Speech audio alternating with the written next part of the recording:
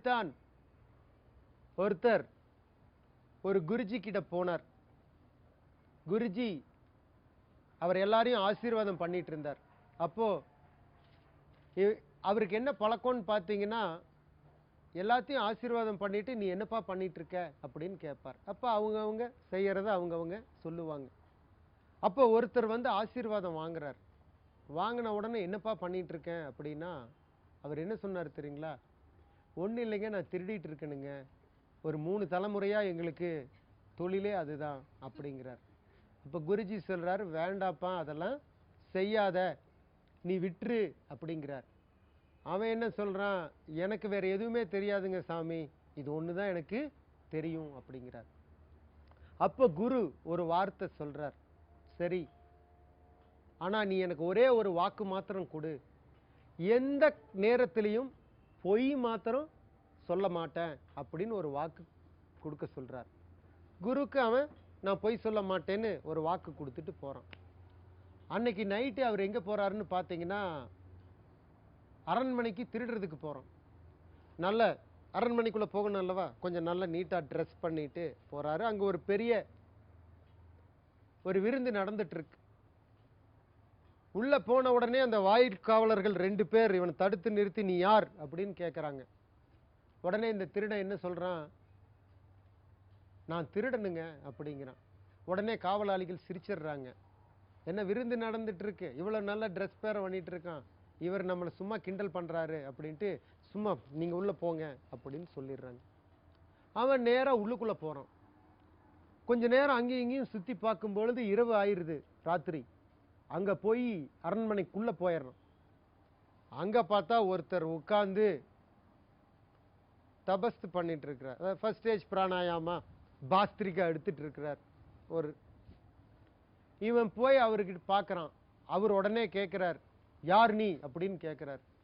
உடனே இவன் என்ன சொல்றான், நான் ஒரு திருடனுங்க அப்படிங்கிறான். உடனே அவர் சிரிச்சிடுறார். ஏன்னா உட்கார்ந்து இருக்கிறது யார் தெரியுங்களா, அந்நாட்டின் மன்னன். அவர் உட்கார்ந்து அங்க பயிற்சி பண்ணிட்டு இருக்கார். அரசர் பார்க்கிறார், இவ்வளவு தைரியமா திருடன் சொல்றானே, இந்த மாதிரி ஒரு குணாதிசயத்தை நம்ம பார்த்தது இல்ல. உடனே இவன் கேட்கறான், நீங்க யாருன்னு கேட்கறான். உடனே அரசர் சொல்றாரு, நானும் ஒரு திருடன் தான்ப்பா, இங்க ஏதாவது கிடைக்குமா அப்படின்னு தான் பார்க்கறதுக்கு வந்தேன் அப்படிங்கிறார். அப்ப 2 பேரும் ஒரு சின்ன ஒப்பந்தம் பண்ணிக்கலாம். நீ இந்த பக்கம் திருடப்போ, நான் அந்த பக்கம் திருட போறேன், யாருக்கு எதை கிடைச்சாலும் 2 பேரு 50-50 வச்சுக்கலாம் அப்படின்னு சொல்லிட்டு திருட மாத்திரம் உள்ளுக்குள்ள போய் அந்த அரசர் சபையில அந்த கஜானா இருக்கிற இடத்துக்குள்ள போயிடணும். உள்ள போய் அங்க பெட்டியை திறந்து பார்த்தா ஒரு 10 மாணிக்க கற்கள் இருக்கு, விலை உயர்ந்த கற்கள். அந்த கல்லை பார்த்துட்டு அவன் என்ன பண்றான், ஒரு 3 கல் எடுத்து அவன் கச்சையில சுத்தி அவன் வச்சுக்கிறான். இன்னும் ஒரு 3 கல்லை இவனுக்கு ஏற்கனவே திருடனுக்கு கொடுக்கிறேன்னு சொல்லியிருக்கானே அரசருக்கு, அவருக்கு எடுத்து வச்சுட்டு மீதி 4 கல்லை இந்த நாட்டு மக்களுக்காக இருக்கட்டும் அப்படின்னு வச்சுட்டு அவன் போறான். போன உடனே அரசர் அங்க உட்கார்ந்துருக்கார். ஏன்னா அவர் வேற ட்ரெஸ்ல இருக்கிறதுனால இவனுக்கு அடையாளம் தெரியல. அரசர்கிட்ட கொண்டு போய் 3 கல்லை கொடுத்துட்டு இந்த 4 மக்களுக்காக வச்சிருக்கேன் அப்படிங்கிறார். பிரிஞ்சு போயிடுறான். அரசர் கேட்கிறார், உன்னோட லெட்டரு முகவரி அட்ரஸ் எல்லாம் கொடு, ஏன்னா அடுத்த தடவை நம்ம பார்ட்னர்ஷிப் நல்லா இருக்கும், இன்னொரு இடத்துல திருடுறதுக்கு போகலாம் அப்படின்னு வாங்கி வச்சுக்கிறார். சேனாதிபதியை கூப்பிடுறார். சேனாதிபதி சீக்கிரமா இங்க வாப்பா, வந்து கஜானா பக்கத்துல ஏதோ சத்தம் கேட்குது, போய் பாருங்கிறார். சேனாதிபதி அங்க போய் பார்த்தா 4 விலை உயர்ந்த மாணிக்க கல் இருக்கு. உடனே அவர் எடுத்து அந்த கல்லை உள்ளுக்குள்ள சுத்தி வச்சுக்கிறார். வச்சுக்கிட்டு, அரசே அரசே, நாட்டுல எல்லாமே திருட்டு போயிருச்சு, எவனோ வந்து கொள்ளையடிச்சிட்டு போயிட்டான் நம்ம கஜானால இருக்கக்கூடிய விலை உயர்ந்த மாணிக்க கல்லைன்னு சொல்றார். அப்ப அரசர் என்ன பண்றாரு, காலையில அரசு சபைக்கு இந்த அட்ரஸ் கொடுத்து அந்த திருடனை கூட்டிட்டு வர சொல்றாங்க. அப்ப அரசு சபை நடக்குது அந்த தர்பார்ல. அப்போ என்ன நடந்தது அப்படின்னு கேட்கும் பொழுது இவன் நடந்ததை சொல்றான் இந்த திருடன்.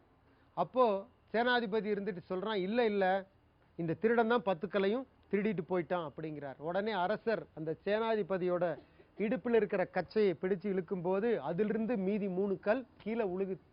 அப்ப அரசர் சொல்றார், நாட்டை காப்பாற்ற வேண்டிய சேனாதிபதி நீ திருடி இருக்க.